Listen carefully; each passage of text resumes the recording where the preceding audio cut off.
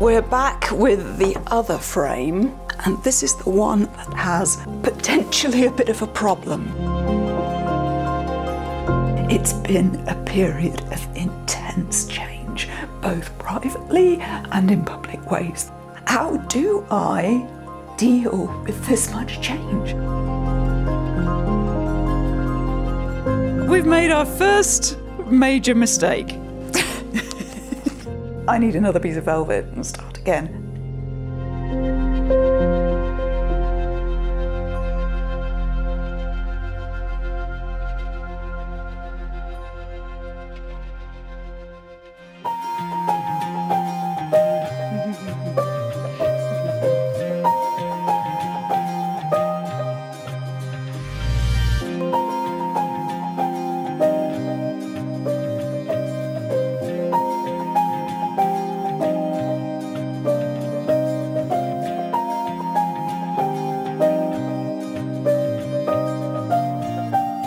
So we're back with the other frame, and this has been loose on its frame for a couple of months while I've been in the UK, and this is the one I was talking about that has potentially a bit of a problem. I thought when I was last here it looked a little bit like the stitching was a bit puckered and too tight. I don't know, it might be the climate here. It's very, very dry and high altitude. We are in officially what's called high desert, whereas the other frame is in a very humid place. This is in a very dry place, and it may be making a difference. So I'm just going to tighten it up again and see where we are.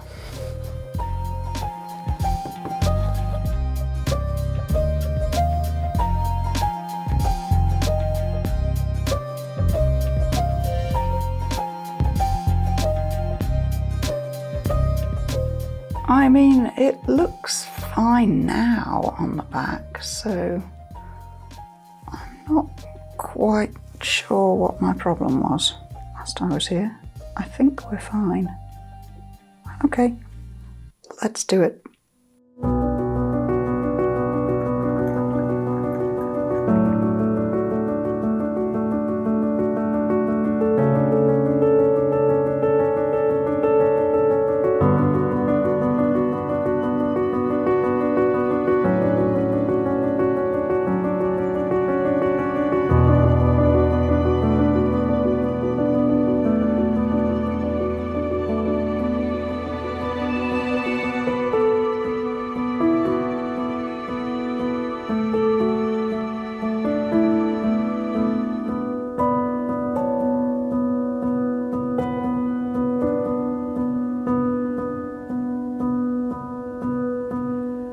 So my life has been in a period of intense change for a year now.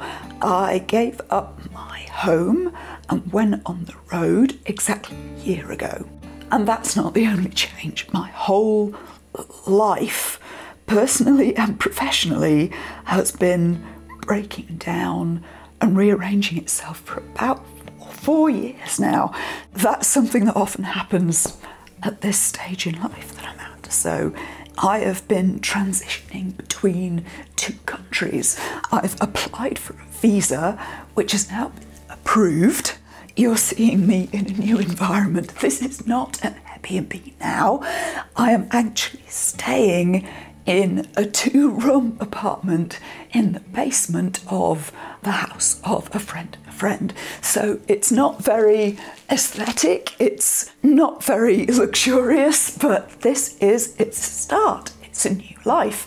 I've got an empty bookshelf with like 2 books on it. So it's all very exciting. And how do I deal with this much change? Because it can be very, well, it's uprooting, but very unsettling when everything is constantly changing and I'm going from place to place to place and back and forth across the Atlantic. So the way I have got comfortable with change over the last year, over the last 4 years in a way, is to always have and lean into things that don't change. So whether by having particular places that I continue to go. So every time I transition between the two countries, in that moment where I'm just leaving or just arriving, I spend some time at my sister's house. So that even though I don't have a home right now, my sister's home is like an anchor point. It's about keeping a routine, so getting up at a consistent time, doing similar things, having a routine that doesn't change too much. I found myself more than ever eating the same meals over and over, because even though it's a bit boring, it's something that is reliable and doesn't change too much. So that's another thing. There are certain items that I take with me everywhere I go, even though I'm trying to travel light. There are certain little things that I take with me everywhere, so it gives me a sense of consistency. What I'm thinking is, if you're going through a lot of change, maybe these are ideas you can fold in to make yourself feel a little more settled through it all. And I mean, this project, it's a massive project that involves 3 stitches, that's it, and a lot of work.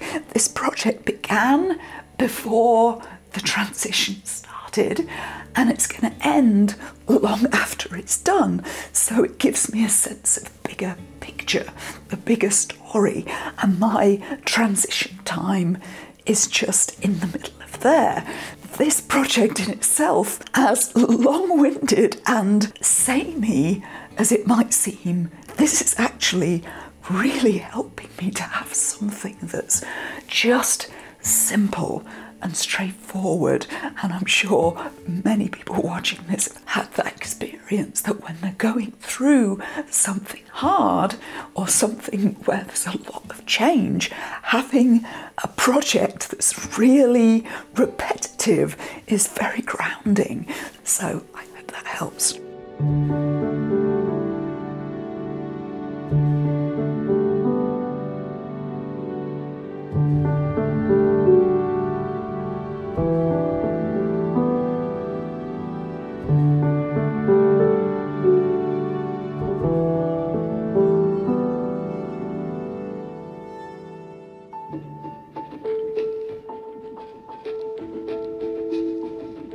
One of the most important decisions I made when prepping this project was the choice of fabric. I knew that I needed a really crunchy, substantial, historical style silk velvet that wasn't going to slide around and be a pain to work with.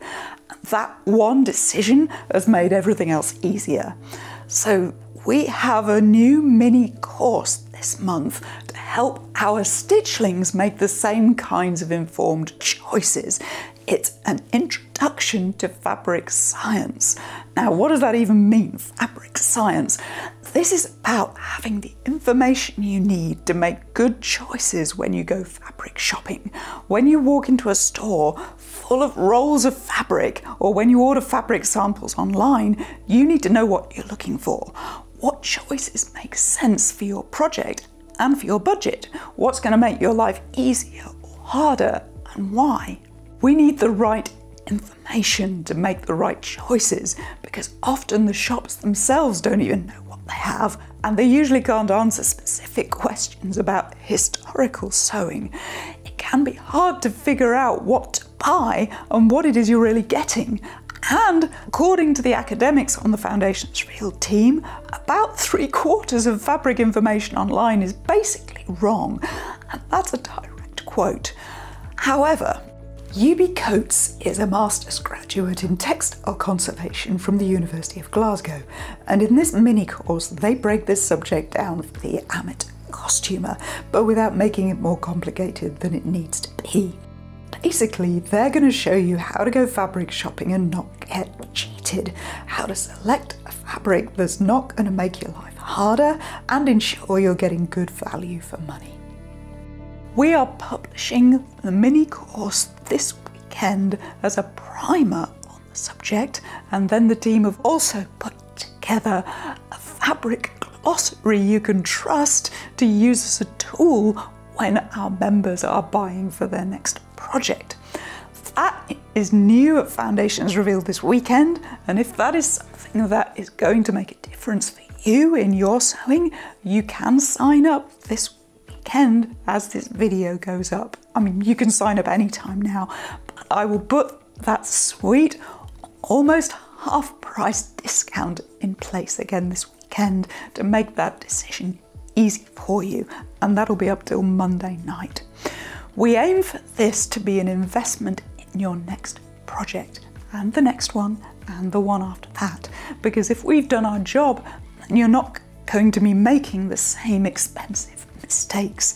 We're committed to providing makers at home with the core skills you need to make every project a great use of your time and your money, with a result you're really proud of.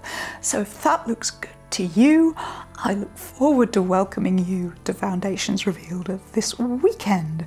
The link is below.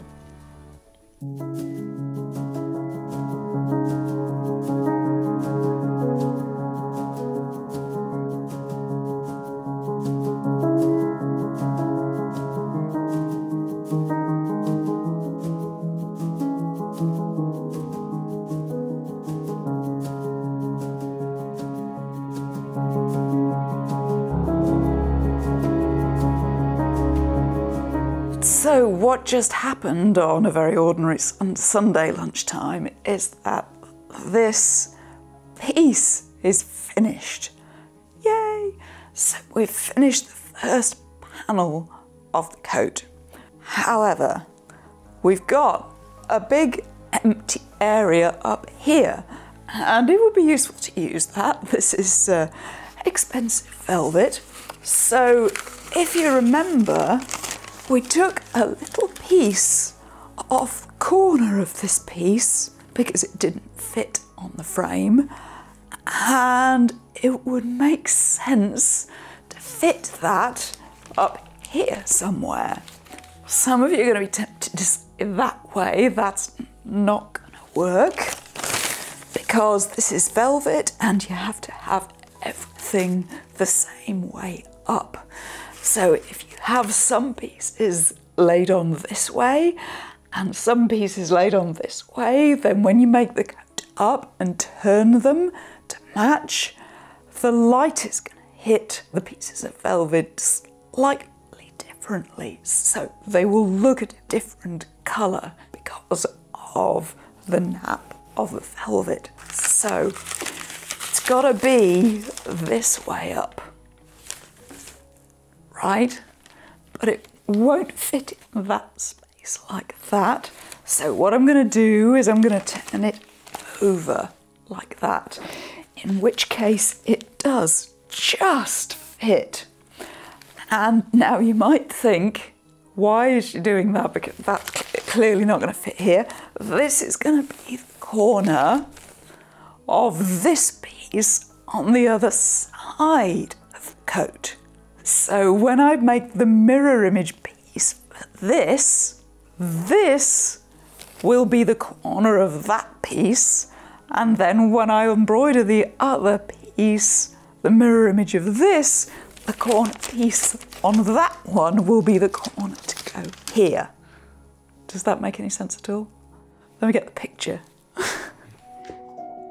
This piece from this side will have a little corner on it from this side of the coat, and this side piece will be sewn on the same piece of velvet as this little corner.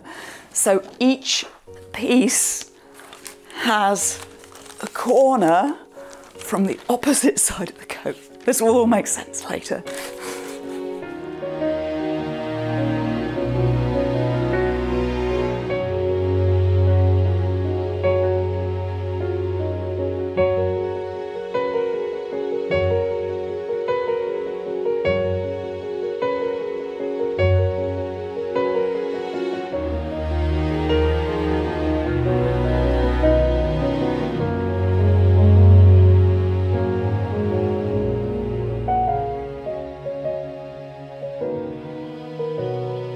Friends, let me explain what just happened. We've made our first major mistake. When I did this piece here, remember when I cut this piece off from here back in July and decided to do it separately? Part of that decision, as you can see here, was moving this flower slightly to the left so that it would cover that seam. This went really well on this piece, but as you can see, I did not have a pencil eraser handy, so I didn't change it on the pattern, and the pattern still has the flower here. So what have I done? I've sewn it like this. I've sewn it in its old position, where it should be here. So this little piece is now wrong. And yes, I could unpick it, but then the marks will show because this is velvet. So we are officially screwed. I mean, I have two options. Either I somehow fudge it, keep going and just fudge it. I don't know whether I can do that easily. Or I need another piece of velvet and start again. Now, this is the smallest piece, so I think I'm gonna have enough velvet to just do that piece again. I could carry on, but I think that would it would look a bit weird. I'm gonna just call this done. Don't look at this, anybody. We won't look at this. And we'll just do that piece on another piece of velvet. In which case, this panel is now done and I can take it off the frame. Yeah, sometimes these things happen. Oh well. So, my next job is to take this off the frame and then we can go to a new place and start the next panel. So, hooray! First panel finished.